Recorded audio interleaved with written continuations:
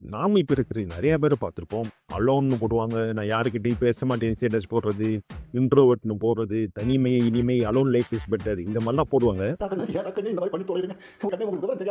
இதெல்லாம் நீங்க ஸ்டேட்டஸ் போடுறப்பயோ, இல்ல ஸ்டோரி போடுறப்பயோ வேணா நல்லா இருக்குமே தவிர, ஃபியூச்சர்ல உங்களுக்கு மிகப்பெரிய பேக் ஃபயர் ஆயிரும். உங்க ப்ரொஃபஷனல் லைஃப்னாலும் சரி, உங்க கரியர் இருந்தாலும் சரி.